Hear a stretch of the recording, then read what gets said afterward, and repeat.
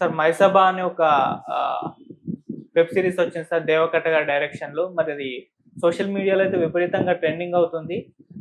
'చంద్రబాబు నాయుడు' గారు and 'YS Rajasekhara Reddy' గారు వీళ్ళ జీవితాలను ఇన్‌స్పైర్‌గా చేసుకొని తీసిన సీరీస్‌గా మనకు ముందు నుంచి కూడా తెలుస్తుంది. మరిప్పుడు నిజంగా వాళ్ళందరి జీవితాల్ని వాస్తవికంగానే చూపిచ్చారా? లేకుంటే మొత్తం కల్పిత కథగానే తీశారా? సో, ఈ సీరీస్‌కి సంబంధించి ఒకసారి రివ్యూ చెప్తారా సార్? ఏమీ లేదండి అందులో. హ్మ్. ఏమీ లేదు.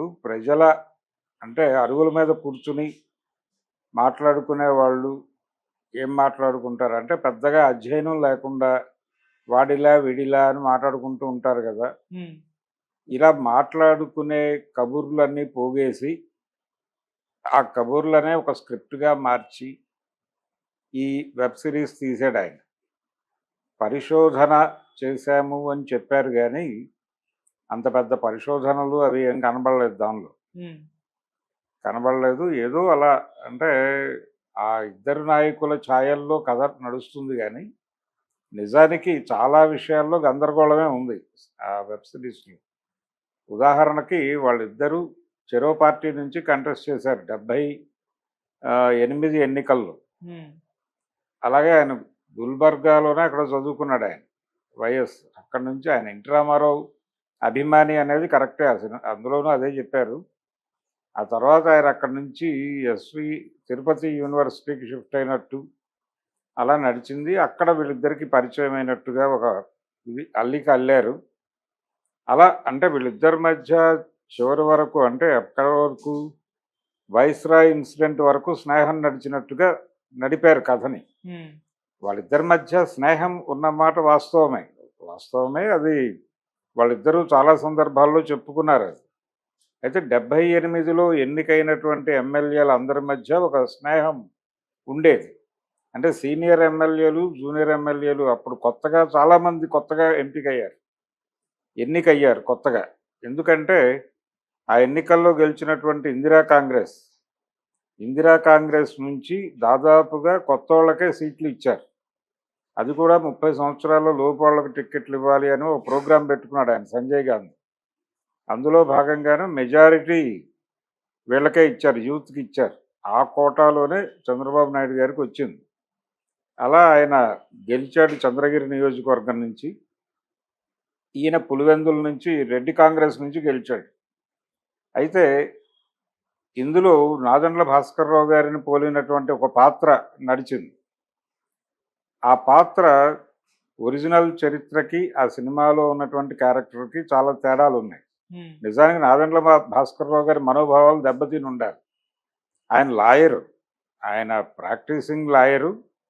పైగా ఎడ్యుకేటెడ్ ఫ్యామిలీ నుంచి వచ్చాడు. కొంచెం చదువుకున్నవాడు, జ్ఞాని. ఇందిరాగాంధీ దగ్గరికెళ్ళి ఆయన ఇంగ్లీష్ రాక తడబడుతున్నట్టుగా సన్నివేశాలు కల్పించారు. అవి కొంచెం ఎబ్బెట్టుగా అనిపించినాయి. అలాగే రెడ్డి కాంగ్రెసు ఇందిరాగాంధీని బహిష్కరించిన తర్వాత ఈ 2 పార్టీల్లోనూ ఇతను తిరుగుతూ ఉంటాడు. అటు ఆవిడ దగ్గరికి వెళ్ళి మాట్లాడుతూ ఉంటాడు. అసలు యువతల వైపు ఎవరు లీడరు అనేది చూపించరు. దీనికి అభ్యర్థుల ఎంపిక జరిగింది. ఈ అభ్యర్థుల ఎంపిక ఎవరు చేశారు? వెంగళరావు గారు ఆ రోజుల్లో కీలకంగా వ్యవహరించాడు ఇక్కడ ఆ పార్టీకి. వెంగళరావు గారి రోల్ ఉండాలి, అది లేదు. తర్వాత ఈ 78 ఎన్నికల తర్వాత చెన్నారెడ్డి గారి నాయకత్వంలో ప్రభుత్వం ఏర్పడింది. చెన్నారెడ్డి గారి తర్వాత అంజయ్య గారు రావటం, అంజయ్య గారి తర్వాత భవనం వెంకటరాము, తర్వాత కోట్ల విజయభాస్కర్ రెడ్డి, ఇలా నలుగురు ముఖ్యమంత్రులు మారారు 5 ఏళ్లలో. ఈ నలుగురు ముఖ్యమంత్రులు మార్పు వెనకాల అలాగే అంజయ్య గారిని ఎయిర్పోర్ట్లో రాజీవ్ గాంధీ అవమానించాడు అనేది ఒక సన్నివేశం. ఈ అవమానం తెలుగు జాతికి జరిగిన అవమానం అని ఎన్టీఆర్ రియాక్ట్ అవ్వటం. ఆయన సినిమాల్లోనే ఉన్నాడు అప్పటికి. పొలిటికల్ ఏరియాలోకి రాలేదు. కానీ ఆయన రియాక్ట్ అయ్యాడు ఆ సంఘటన పట్ల. ఏమిటి మరీ ఎలా కనిపిస్తున్నారు వీళ్ళు అని. నిజానికి ఆయన భవనం వెంకట్రామ్ గారి ప్రమాణ స్వీకారానికి హాజరయ్యారు. వాళ్ళందరూ ఏసీ కాలేజీ బ్యాచ్ అది. ఆ ఏసీ కాలేజీ దీనిలో ఆయన వచ్చాడు. అయితే ఆయనకి అప్పుడు అర్థమైంది, అంటే గందరగోళం ఉంది రాజకీయాల్లో, ఢిల్లీ పెత్తనం ఎక్కువ ఉంది అనేది ఆ సన్నివేశం అర్థమైంది. అయితే ఈ సినిమాలో చాలా సన్నివేశాలని క్లబ్ చేసేసారు. ఆ క్లబ్ చేయటంతో గందరగోళంగా ఉంది అది. క్లారిటీ మిస్ అయింది. అలాగే ఇందులో రామోజీరావు గారి పాత్ర ఉంది. నిజానికి నాదెండ్ల భాస్కర్‌రావు గారు, ఇందిరాగాంధీ గారు చెన్నారెడ్డికి సీఎం పదవి ఇచ్చినప్పుడే గాయపడ్డాడాయన. అంటే కోస్తా జిల్లాలలో నువ్వెవరిని నిలబడితే వాళ్ళే ఎమ్మెల్యేలు అని ఆవిడ బీఫారాలన్నీ ఆయన చేతిలో పెట్టి వెళ్ళిపోయింది. ఏది దివి తుఫాను తర్వాత. దివి తుఫాను కోసం బాధితుల్ని పరామర్శించడానికి ఆవిడ వచ్చినప్పుడు ఆవిడకి ఇక్కడ గెస్ట్ హౌస్ దొరకకుండా చేశాడు ఆయన వెంగళరావు గారు. చేసినప్పుడు ఆ పర్యటన వ్యవహారం అంతా నాదెండ్ల భాస్కర్‌రావు గారే ఆర్గనైజ్ చేశాడు. చేసి వెళ్తూ ఉండగా ఆవిడ బీఫారాలు ఇచ్చి నువ్వే చూడాలి అభ్యర్థుల్ని అని చెప్పినప్పుడు తానే సీఎం అవుతున్నానని అనుకున్నాడు ఆయన. అనుకున్నాడు, నిజానికి ఆ ప్రయత్నం చేశాడు. ఆ డ్రైవ్ అదంతా ఆయన చేసిన డ్రైవే అదంతా. కానీ సినిమాలో ఆయన పాత్రను కొంచెం బఫూనరీగా చూపించారు. అలా చూపించక్కర్లేదు, గౌరవప్రదంగానే చేసుండొచ్చు. గాయపడిన తర్వాత ఆయన చెన్నారెడ్డిని సీఎంని చేయటం దగ్గర హర్ట్ అయి మనం ఆల్టర్నేటివ్గా ఒక పార్టీ పెడితే బాగుంటుంది అనే ఉద్దేశంతో క్యాస్ట్ ఓరియంటేషన్ ఉంది ఆయనకి. కమ్మ సామాజిక వర్గానికి చెందినటువంటి కొంతమంది పెద్దల్ని కలిశాడు. అందులో భాగంగానే దగ్గుబాటి చెంచురామయ్య గారిని కూడా కలిసి మాట్లాడాడు ఆయన. చెంచురామయ్య గారి నుంచి వచ్చిన లీడ్లో భాగంగా ఎన్టీఆర్ దగ్గరికి వెళ్ళింది. అప్పటికి ఎన్టీఆర్ కూడా ఈ అభిప్రాయాలతో ఉన్నాడు. ఒక పార్టీ పెట్టాలి అనేటువంటి అభిప్రాయాలతో ఉండటం, ఈ రెండు ట్రాకుల్ని మిక్స్ చేసిన వాడు చెంచురామయ్య గారు. సో ఆ చరిత్ర తెలిసినాడికి ఈ సినిమా చూస్తుంటే కొంచెం గందరగోళంగా ఉంటుంది. ఏమిటి ఇలా నడుస్తోంది ఈ కథ అని. అలా చాలా చోట్ల ఈ క్లబ్ చేయటం వల్ల క్లారిటీలు మిస్ అయినాయి. తర్వాత ఒక సినిమా నటితో ఆయనకేదో చంద్రబాబు ఉన్నట్టుగా ఒక చిన్న సన్నివేశ కల్పన నడిచింది. అదొక గందరగోళం. అంటే మనకి ఎన్టీఆర్ కూడా ఉన్నాడు ఈ సినిమాలో. సాయి కుమార్ గారు పోషించాడు ఆ పాత్ర. ఎన్టీఆర్ క్యారెక్టరు తెర మీద ఆరేసుకోబోయి పారేసుకున్నాను పాట రెఫరెన్సు. ఆ పాట రెఫరెన్స్లో ఈ చిత్తూరు అంటే ఈయన చదువుకున్న యూనివర్సిటీ నుంచి, ఎస్వి యూనివర్సిటీ నుంచి ఒక అమ్మాయి అక్కడికి వెళ్ళి హీరోయిన్ అయింది అనే ఒక కల్పన చేశారు. అది సినిమా కోసం చేసుకున్న కల్పనే తప్ప దాని వెనకాల రకరకాల కథనాలు నడిచిపోతున్నాయి. ఎప్పుడైతే ఈ ఆరేసుకోబోయి పారేసుకున్నాను పాట రెఫరెన్స్ వచ్చిందో, జయప్రద గారు ఆవిడ రాజకీయాల్లో ఉన్నారు, కొంతకాలం టీడీపీతో ట్రావెల్ అయ్యారు ఆవిడ. 94 ఎన్నికల కంటే ముందు ఆవిడ పార్టీలోకి రామారావు గారే ఇన్వైట్ చేశాడు.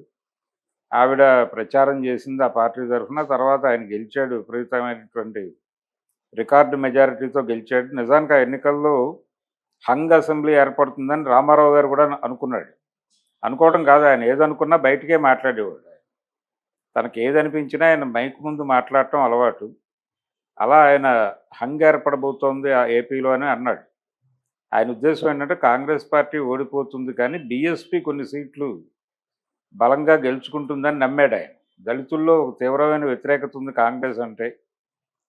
కాబట్టి వాళ్ళు కన్సాలిడేట్ అవుతున్నారు. టీడీపీకి కాంగ్రెస్కి ప్యారలల్గా వాళ్ళు కన్సాలిడేట్ అయ్యి బీఎస్పీకి కొంచెం ఎక్కువ సీట్లు ఇచ్చే ఛాన్స్ ఉంది కొన్ని ఏరియాల్లో అని నమ్మాడు ఆయన. ఆ నమ్మకంతో బీఎస్పీ టీడీపీ కాంబినేషన్లో ప్రభుత్వం ఏర్పడుతుంది అని హంగ్ అన్నాడు. తీరా రిజల్ట్స్ వచ్చేసరికి ఆయన ఊహించినటువంటి బీఎస్పీ అభ్యర్థులు ఎవరికి డిపాజిట్లు కూడా రాలేదు. ఆ ఎన్నికల్లో కలేకూరి ప్రసాద్ గారు కూడా పోటీ చేశాడు నందిగామ నియోజకవర్గం నుంచి ఎమ్మెల్యేగా. ఎవరు, దేవినేని ఉమా వాళ్ళ బ్రదర్ మీద, రమణ మీద. ఆయన గెలిచాడు, ఈయన ఓడిపోయాడు. ఈయన డిపాజిట్ కూడా రాని పరిస్థితుల్లో ఓడిపోవడం అనేది నిజానికి బాధాకరమైనటువంటి విషయం.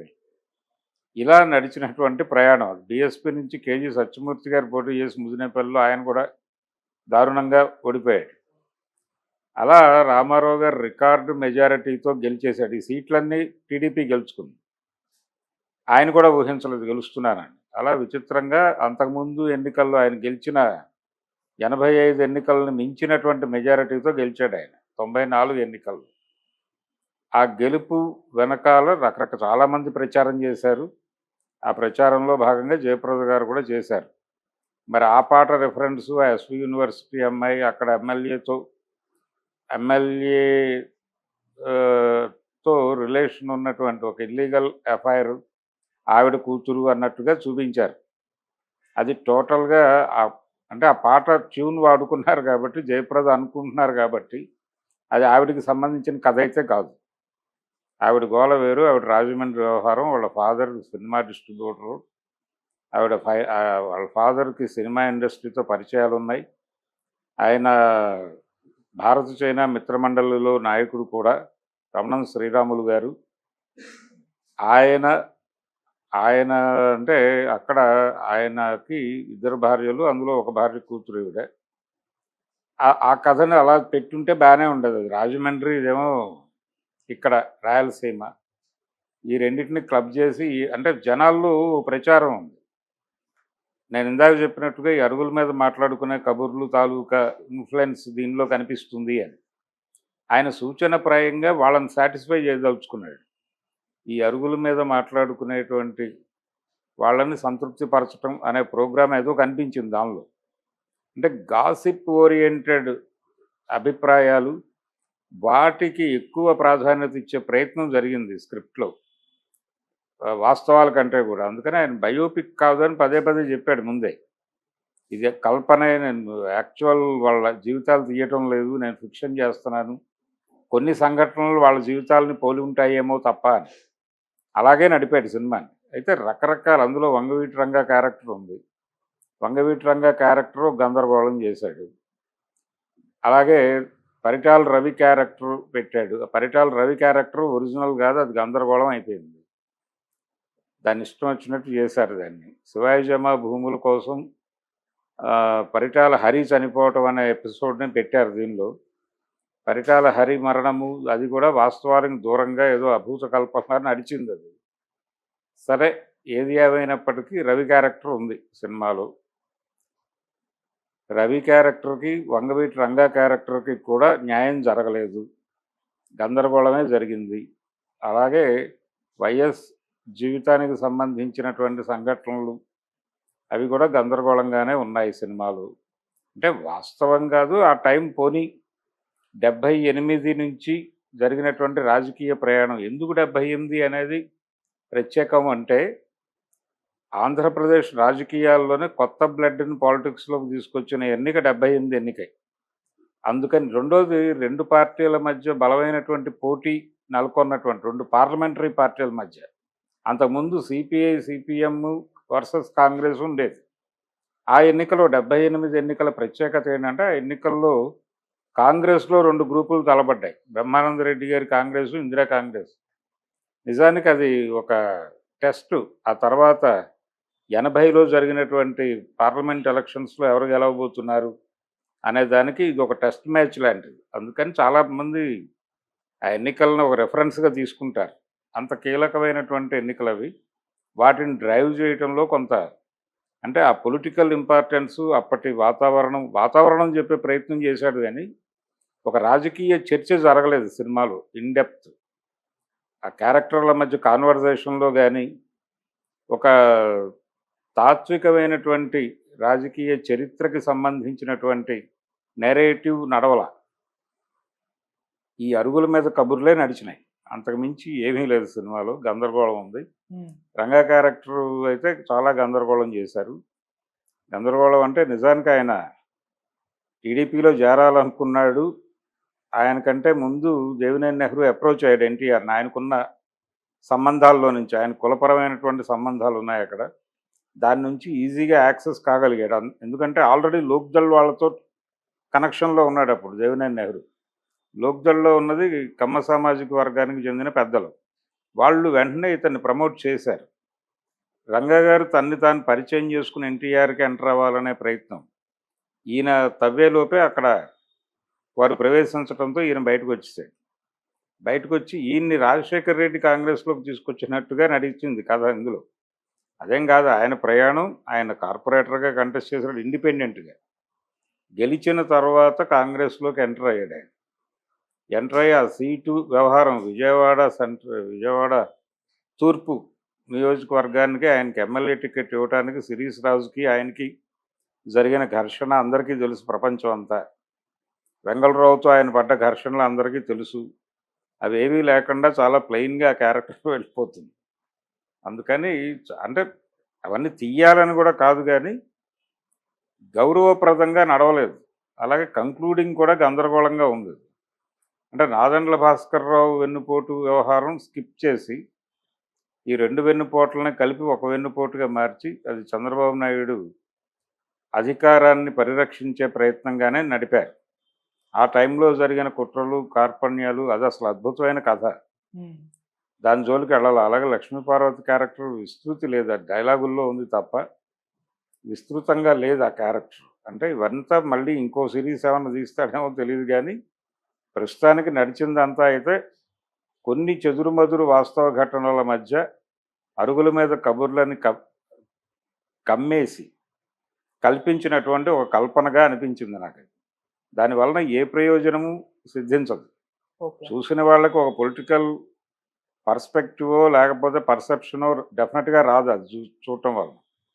అలాగని ఇంట్రెస్టింగ్గా కూడా లేదు అది. ఏదో అలా అంటే ఏం తీస్తున్నాడో చూద్దాం అనేటువంటి ధోరణితో చూడటమే కానీ ఏ విధమైన ప్రభావము వేయనటువంటి ఏదో ఉంది ఇంకేదో చెప్పబోతున్నాడు అనే క్యూరియాసిటీ మీద రన్ అయిపోతుంది కానీ మొత్తం చూసిన తర్వాత మనం ఏం చూసాము అని వెనక్కి తిరిగి చూసుకుంటే ఏమీ లేదనే పరిస్థితి క్రియేట్ అయింది. ఓకే. అది మయసభ. అంటే మయసభ అనే టైటిల్ పెట్టడం మీద రకరకాల అభిప్రాయాలు ఉన్నాయి.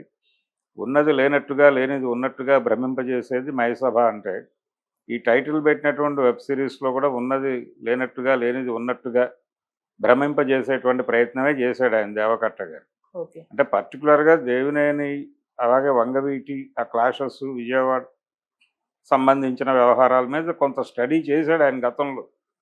ఆయన చేసినటువంటి నాగ చైతన్య సమంతతో చేసినటువంటి సినిమా విజయవాడ. ఒకటి ఉంది. విజయవాడ. లేదు లేదు బెజవాడ కాదు, ఆటోనగర్ సూర్య అని ఓ సినిమా తీశాడు. అది విజయవాడ ఆటోనగర్ నేపథ్యం. ఓకే. ఆ టైంలో కొంత స్టడీ చేశాడు కానీ ఆయనకి అది ఇంకలేదు అనేది అనిపించింది నాకు. కానీ ఒక అడ్మిరేషన్ ఉంది, ఆ క్యారెక్టర్ని ఏదో చెయ్యాలి, దానిలో చాలా డ్రామా ఉంది, దాన్ని ఏదో చెయ్యాలి అనే తాపత్రయం కనిపించింది. అలాగే వీళ్ళ స్నేహం నుంచి ఒక అద్భుతమైన డ్రామా పెండాలి అని అనుకున్నాడు ఆయన. మైసూరారెడ్డి వీళ్ళందరూ సమకాలీనులే, వాళ్ళ పాత్రలు ఏవీ లేవు. వీళ్ళ కెరియర్లో వాళ్ళందరి రోలు ఉంది. ఆ 78 ఎలక్షన్లో చాలామంది కొత్త వాళ్ళు వచ్చారు. మళ్ళీ 83 ఎన్నికల్లో చాలామంది కొత్త వాళ్ళు వచ్చారు. రామారావు గారి సీట్లు ఇచ్చిన వాళ్ళు, జానారెడ్డి వీళ్ళందరూ 83 ఎన్నికల్లో వచ్చిన వాళ్ళు. ఇలా ఈ కొత్త బ్లడ్ ఎమర్జ్ అవటం, కొత్త బ్లడ్ ఎమర్జ్ అయినప్పుడల్లా వచ్చేటువంటి కొత్త ఆలోచనలు, అలా ఒక డ్రైవ్ తీసుకుంటే బాగుండేది. చెన్నారెడ్డి గారి క్యారెక్టర్కి అన్యాయమే జరిగింది. చెన్నారెడ్డి గారి క్యారెక్టర్ని కూడా బఫూనరీగానే నడిపాడు. అలాగే అంజయ్ గారి పాత్రని జనరల్గానే పొలిటికల్గా వాంటెడ్గానే బఫూన్గా మార్చారు ఆయన్ని. కానీ ఆయన అలా కాదు. ఆయన క్యారెక్టర్ని కూడా ప్రాపర్గా డిజైన్ చేయలేదు. కోట్ల విజయభాస్కర్ రెడ్డి క్యారెక్టర్ లేదు అసలు సినిమాలో. భవనం వెంకటరామ్ గారి ప్రమాణ స్వీకారాన్ని అంజయ్ గారి ప్రమాణ స్వీకారంతో మిక్స్ చేసి నడిపించేశాడు. అంటే నేను యాక్చువల్ హిస్టరీ చెప్పట్లేదు, నా పద్ధతిలో నేను తీసుకుంటూ వెళ్ళిపోయానని చెప్పాడు కాబట్టి ఆయన్ని మనం ఎవరో ఏమీ అనలేం. కానీ చరిత్ర పేరుతో జరిపినటువంటి ఒక విన్యాసంగా అనిపించింది ఆ వెబ్ సిరీస్. అంతకుమించి ఏ విధమైనటువంటి ప్రయోజనము సిద్ధింపజేసేటువంటి వెబ్ సిరీస్ అయితే కాదు.